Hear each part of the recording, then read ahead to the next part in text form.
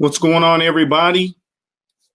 It's your boy Master Fi, co-founder of HipHopSuccess.tv, here welcoming you to the first episode of my new show, The Value in All.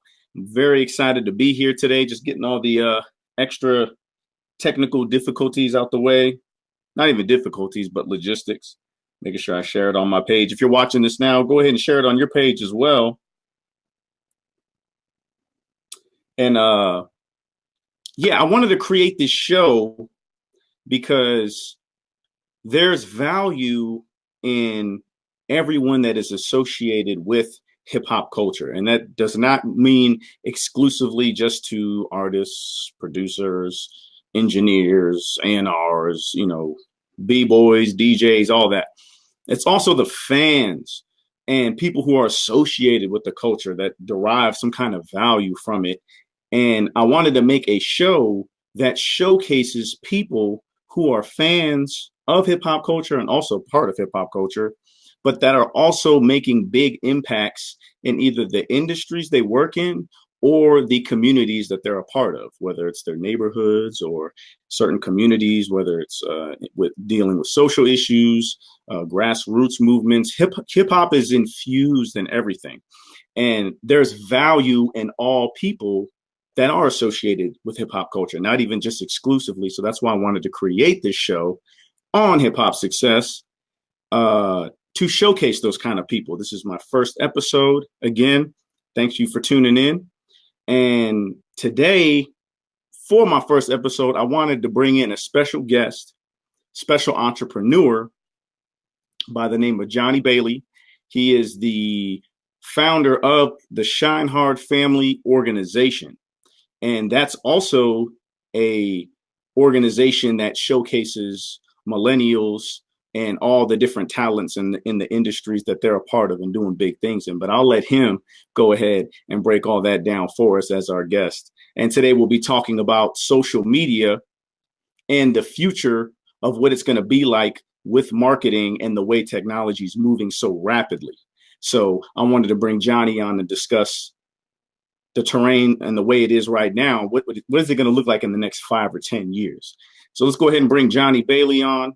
Got my production room guy doing his thing, coach in the background, you know what I'm saying? Mr. Johnny Bailey, what is going on? What up, what up, what up, what up, what up? Man, I want to appreciate you being a special guest on my first episode. Where are you located right now? I'm in Washington, D.C.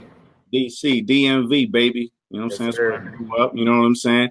Thanks for tuning into my show, being on the platform with Hip Hop Success. Of course, you are, shining example, no pun, of hip hop success, making big waves in the industry that you work in. So for our audience, go ahead and tell us a little bit about yourself and what made you get into the industry that you currently work in.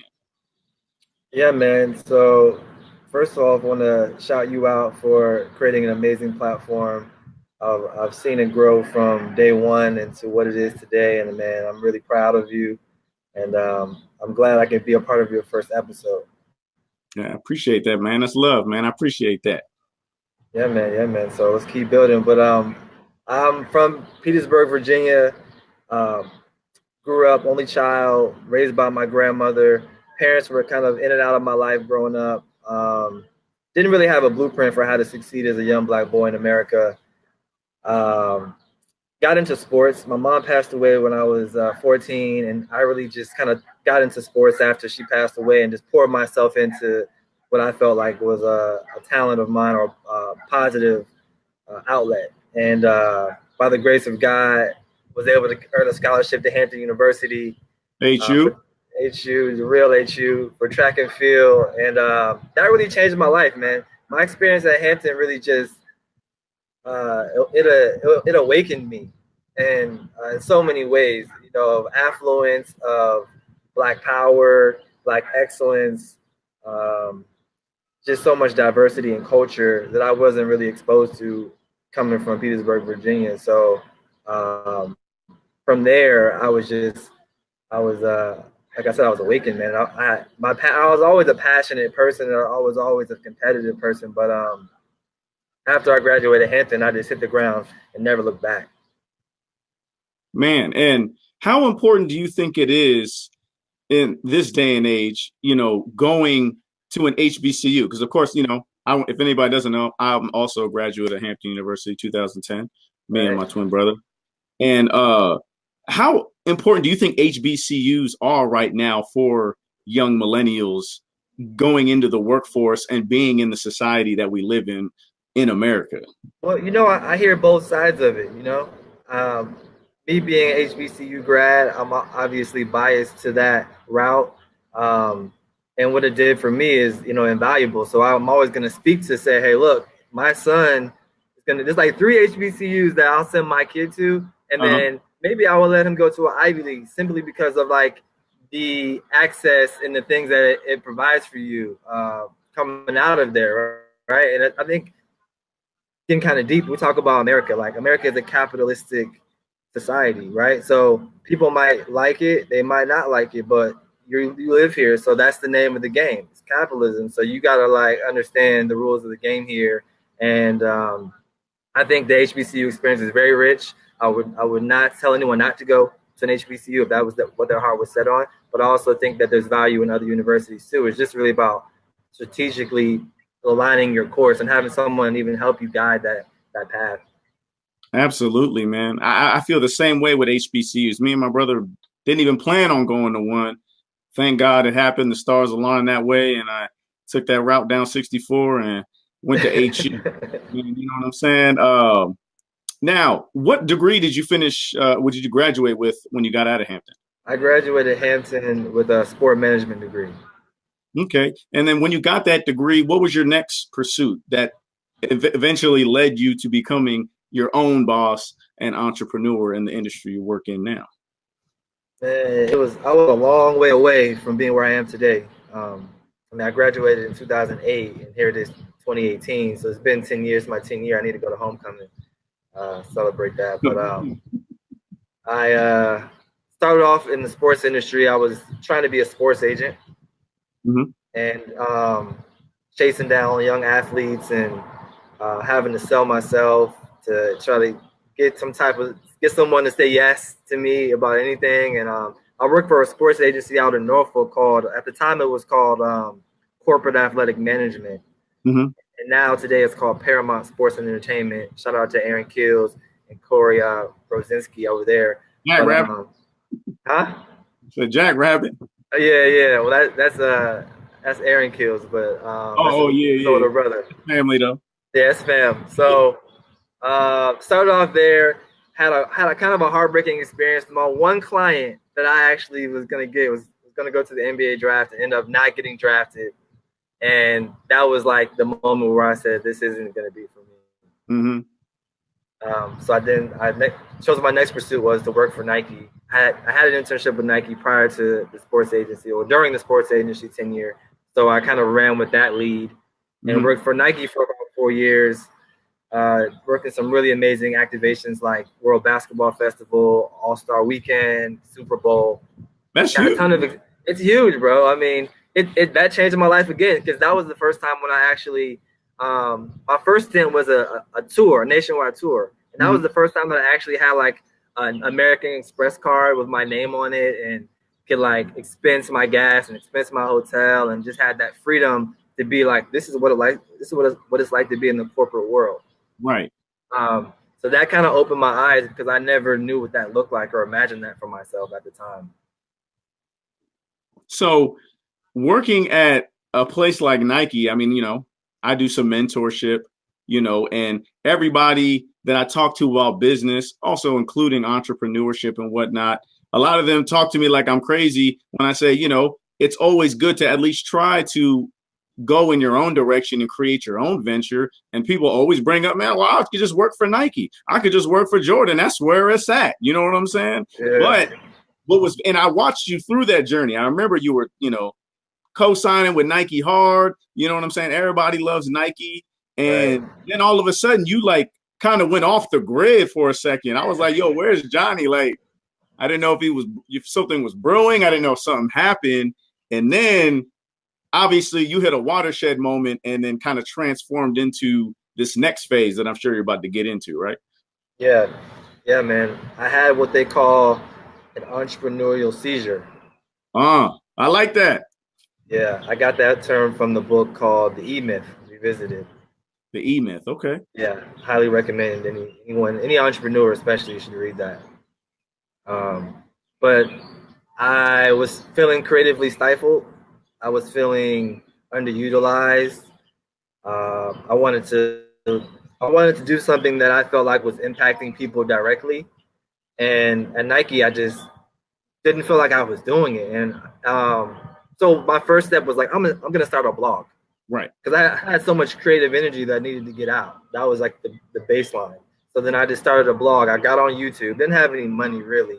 Got on YouTube, watched how to build a WordPress website, built the website from scratch, and then started posting blogs on there. And then started using my social media handles to promote the blog posts that I was writing. We're gonna get to that. We're gonna get to all that. Yeah. Right. So long story short, I basically took that idea of blogging and storytelling and then just kept putting out content, and then people started to call for it. And I started to think more about the Shineheart brand and the blogging and the content creation than I was thinking about Nike. Right. And that was kind of a revelation for me. Like, you need to go where you're celebrated, not where you're tolerated. Right. And I think a lot of people, get caught up in convenience. I mean, you working in a great gig with a great company, but you have this inner drive and something that's catching steam too. So now while you're doing your 9 to 5 or working your 12 hours, you're trying to get these blogs in, you're trying to get this content together, but still trying to do that. And now you become torn. And I guess that would maybe even cause that, entrepreneurial seizure that you're talking about. And eventually that gave way to you breaking out and going full time with your passion. Is that correct? That's right, man. It's only so long you can live a double life. That's a jewel right there. Did y'all hear that? That's good, man. So now getting into the topic, which is social media and the future of what marketing is going to look like in the future with technology. Right. How did you leverage social media to get Shineheart? It already had some buzz with your blogs, but how did you use social media? Now, it's more than just a phone and mobile devices and some apps. There has to be more to it than that. And so I wanted to know, how did you leverage your social media platforms to really turn that momentum and get it into, progress and actually making some moves? Well, that's a good question, man. And it might look mystical from the outside, but for me, it was just a few basic philosophies. Primarily consistency. Mm-hmm. And then mixing that with the power of storytelling. Okay. And, partnering with a little bit of influence. So kind of cross-branding with other popular platforms and then merging their audience in with mine. And over time, if you do that consistently for 4 or 5 years, you're going to have something really nice. Man, and I saw it always happen. So with you building your brand, right, and leveraging your social media, getting people to follow you and care about the stories that you're telling, what kind of transferred you into getting like live gigs? Like, that's where I'm eventually trying to get to, where you're doing like platforms and speaking, like on the image that we're showing now. You took off with that. Like, you started doing that on the regular. And that's when I was really kind of hooked on you. Like, man, this guy went from Nike to Off the Grid to this platform. Now this man on a mic, he got a full, audience, got chairs, holding events. And so what propelled you into that next phase of doing live events? Because I think that's the biggest breaking point for some entrepreneurs and people who have brands, and shifting gears into that live event scene. How were you able to do that? Well, they say what you seek is seeking you. Okay. And, when I was working at Nike, when I first started working there, I had a training, and we had to do this training in New York, and we all had to like talk about the product, and we had to get in front of like the training class and speak. Mm-hmm. And I'll never forget when I was up there, a bunch of people spoke, but after I spoke, the instructor was like, I could listen to you speak all day. And I was like, that was a nice compliment, you know? And that was the first moment I felt like maybe I had a talent for speaking, but didn't really know. Right. So fast forward into like doing Shine Hard. I mean, I always ran with that. When I was working at Nike, I was calling out my college professors, asking, could I speak to their class? Mm-hmm. You know, I called my sport management professors, I called my grad school professors, and I was like, hey, can I talk to your class about Nike? I mean, who's going to say no to a Nike employee who wants to come speak to the students? Hello. No one, you know, so I leveraged that to get into the classroom and I started collecting footage. So we talk about social media. I would always make sure I got the pictures of me speaking to create that brand. And the beauty of, well, the gift and the curse of social media today is that perceptions are very powerful.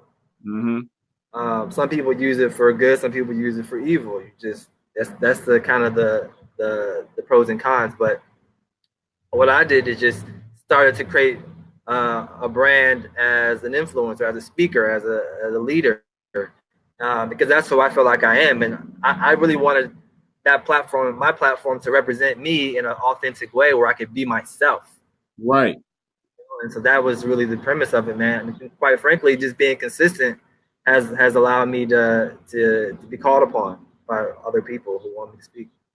And you're doing a great job with that, man. And so tell us and the audience, you know, what is the Shine Hard family? Like, now that you created it, you're the founder, but what is it? Like, what is the mission and what you guys are trying to do and make an impact? I know what it is, but I want you to break it down to my audience for the first people that are meeting you and what the Shine Hard family is. Sure. So the mission of Shine Hard is to recognize and connect the nation's top Black millennial leaders, then unify them to educate and inspire the next generation of young Black leaders. And we do that through a variety of programs. We have an online interview series called The Conversation, also known as the Shine Hard Conversation. Then we have live panel events. We have workshops that we do. We have an annual conference in September called the Shine Hard Summit. And the whole idea of it is like, it started off me just doing interviews and doing storytelling with really amazing, dope influencers from a variety of industries. I wanted to create visibility. I wanted to be who I needed when I was younger. Like I said, I didn't have a lot of guidance. I might not have studied sport management had I had a mentor, or had I seen someone being a public speaker, or, you know, running a nonprofit. I might have had different ideas about business or entrepreneurship earlier. And that's really the name of the game, quite frankly. And that's why it's so important as a father to tell your kids, teach your kids early what we learn late. Because if they start their business at 20, they're going to be rich by 30. And that's how you start creating generational wealth in your family as well. So I digress. So to answer your question, so the premise was to recognize Black millennials in every industry possible, to let people know that it's possible for you, and this is how you do it, step by step. And then people say, well, why don't you bring these people in person? So then we're like, all right, I'll take everyone that I've interviewed and call it a family. This is like our network of the best of the best Black millennials, and I'll bring them to the stage for people to see, to add even more value to the community. That's pretty much what we've been doing for the last 4 years. Yeah, man. And you're doing a great job with that. I mean, not even just the content itself. It looks clean. It looks like you care, bro. And then the range of the millennials you're bringing in, they're in so many, like, who was the one guy? He's like a writer for ESPN. Yeah. I know who that is, and I didn't even know that. Like, I've seen him around, but I didn't know he was a writer for ESPN. I was like, holy crap! And then I started diving in deeper with who you were bringing to these live events, and I'm like, I've ran into some of these people before. Oh yeah, that's my guy Justin Tinsley. He's from the 804 too. Yeah, and I think I'm friends with him on Facebook too, and I see the articles that he posts. You always reshare his articles, and very powerful people doing big things in the industry, also being people of color, and you showcasing them is huge, man. And that's big for especially our young generation, you know, doing mentorship, These people need our young generation needs to be able to see, you know, it's okay to go to college. You know what I'm saying? Get education. But also, if you don't go to college, you can still figure out and leverage technology and knowledge that's out there, a lot of it free. They just don't know where to get it. And you can still create your own brand, your own platform, and make a career for yourself. And you showcasing that is like so good. You know what I mean? It's very valuable and powerful, man.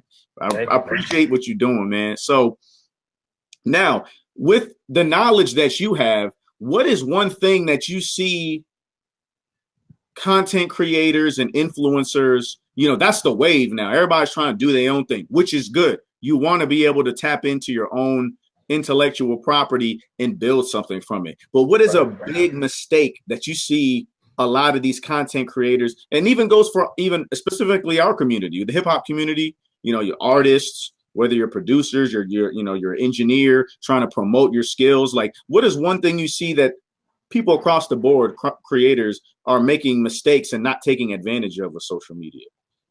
Well, I can't say across the board, right? Because I can't really generalize any one community, or everyone has their own strengths and weaknesses. But one thing I do see a lot of a lack thereof is like a lot of substance. I don't see a lot of substance in people's brands. I think people lack substance. People lack purpose of their content. And I think people miss the whole point of people don't buy what you do. They buy why you do it. Did Steve Jobs say that? I believe. Oh, Steve Jobs says people don't know what they need until you give it to them. Oh, I thought. Oh man, that's such a good thing though. People don't buy what you do; they buy why you do. Yeah, but he might have said that too. He has a lot of good quotes, so I'm not gonna take that away from him. Mm-hmm. And that is true with the storytelling that you were like. Storytelling, I think, is the biggest thing that people can leverage, because at the end of the day, we all have our own stories to tell. The way you can tie that into whatever you're doing, I think that's going to put you in the best position. And quite frankly, you saying that is basically what I see a lot of people are making mistakes on too. If I really look at it as at a macro level, it's just a lot of stuff. It's not a lot of substance. A lot of noise, no music, what I'm saying? So much noise, man. I have to take a hiatus from social media every couple of weeks, man, because it's just so much noise. And I'm like, man, I got to focus on just creating. I can't consume. Yeah. And even, you try to show love to other people and things they're doing in their respective ventures, but sometimes it's too much. Like I gotta cut everything out real quick. You know what I mean? Yeah. So, now, looking at how technology is changing so fast, with the cell phones having more capability, better cameras, but also the platforms themselves, with the algorithms, the platforms are honoring certain content and showing it more, promoting it more. And then this whole privacy era we're in, which we don't even know where we're going yet, but privacy is a whole nother thing. We'll talk about, in another discussion. But with social media changing so fast and the algorithms honoring certain content and what have you, like, where do you see social media going within the next 5 years or the next decade, 10 years? Where do you see social media going? You think it's getting more powerful? You think people are going to shy away from it with the privacy? What do you think? Well, I don't think privacy is scaring anybody away from social media, quite frankly. If I could tell you what was going to happen in 10 years, then I'd be a billionaire right now. But but what I do see is that I see a lot of paid content. Mm-hmm. I think social media platforms are going to really try to rake in more dollars through advertising through the consumer and advertising through B2B businesses.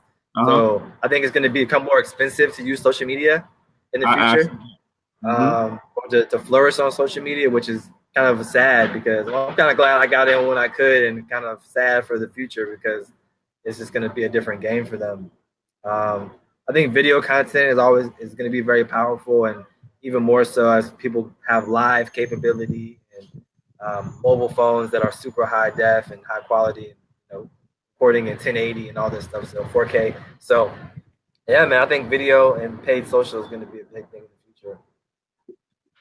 So, I mean, just off the cusp, like, what's your power platform? Like, what's your thing? You know what I mean? Like, we have to address our respective audiences with our brand on each one. But like, what is Johnny Bailey like? That this is where I live right now, and I do everything else around it. Probably Instagram, Okay, and that's power, more specifically, like Instagram stories are kind of like right? my favorite place to play around and like create content. But I have found a newfound love for Twitter recently, and even LinkedIn. I Mm-hmm. like those platforms a lot. To me, it's less noise on LinkedIn, and it's less noise on Twitter too. Like, quite frankly, it's a lot more just fun content. I kind of miss the days when it was just Twitter, Yeah, Facebook, obviously, and then just Twitter. There was no Instagram to like muddy everything up. right. And even with and a lot of people even appreciate Instagram because it's all pictures. People got off of Facebook because it ended up being like almost like YouTube. It's all video, a lot of text, and people just wanted to do pictures. You remember the revolution when Instagram brought video and everybody lost their freaking minds. You know what I'm saying? Yeah, yeah. And the people didn't like it, and I can't shade Instagram because I mean I basically built my whole brand, well, a lot of my brand through Instagram. So I have a lot of respect and appreciation for that platform. But the way people are using it is just so noisy and too much junk. I feel you, man. So I see you doing a lot of work in the community, speaking to a lot of the youth and giving the knowledge that you have, doing workshops with them. Like what are some of the like what value do you see coming up in the next generation, you giving it to them and the ideas they're giving back to you? Like what are you getting from that? Like, are you really hopeful? Or do you think like people are kind of in a mess right now? They don't really know what they're doing, or do they have a lot of good ideas that we as older heads should look forward to? Um, well, from my experiences, they need a lot of guidance. Right. The world is moving very fast. You see a lot of yourself kind of in them, like back in the day. Absolutely. Yeah, man. Absolutely. I see so many people that were just like me 5, 10 years ago. I mean, that's why I started. I really feel like we have to be who we needed when we were younger. Hmm. And I find a lot of different things. What I do see is that a lot of young people are trying to get into, well, maybe because they're coming to me, but they want to get into like social justice and activism, and they want to, create good platforms for good. Right.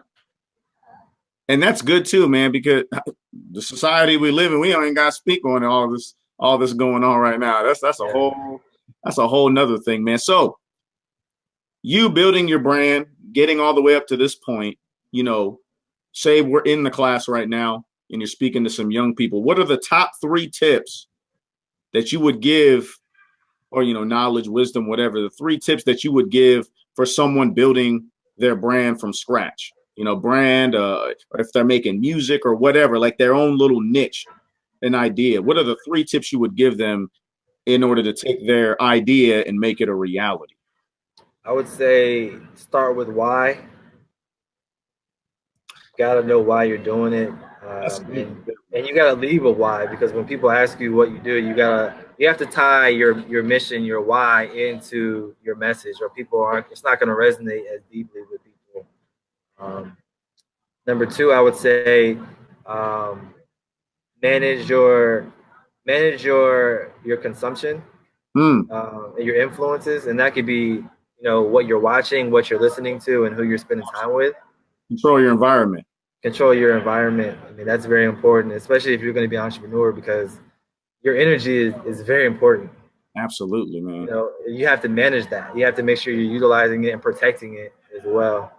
And number 3, I would say believe in your vision, and don't get discouraged, because everyone's not going to see your vision.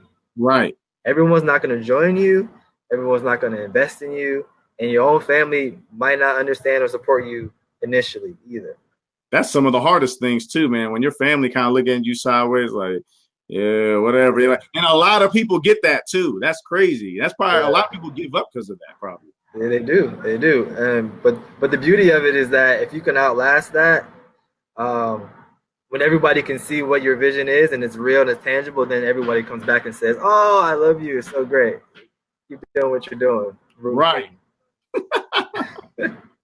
I see a lot of that too. And that's such a good point, man. Like you got to believe in why would I believe or buy or follow you, if you don't believe in you? Why, what I'm saying? If you don't care, why would I? With all this noise out here, with all these different things and distractions, why should I pay attention to you? Why should I buy your product or follow your brand? You see what I'm saying? You got to know why, you know what I'm saying? And then also you got to believe in yourself. You're the source. And that's such a good point, man. So you being on Hip Hop Success, on my show, The Value and All, it's a hip hop based platform. You know what I'm saying? So how has hip hop culture influenced your life? I know there's a number of ways, but like, what does hip hop culture, whether it's the music, whether it's the fashion, like what part of the culture makes, your life, more exciting and gives you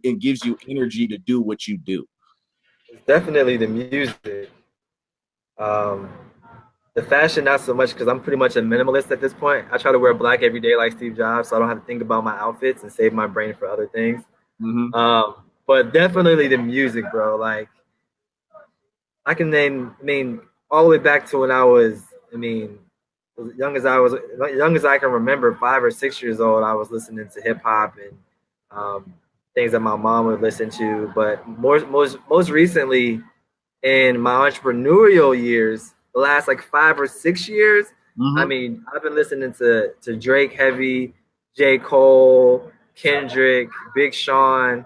Those are some of my favorite guys right now, just motivating me because they're kind of like my age. So I've kind of listened to them come up in their journey, and I can identify with a lot of the things that they experience in their lives too.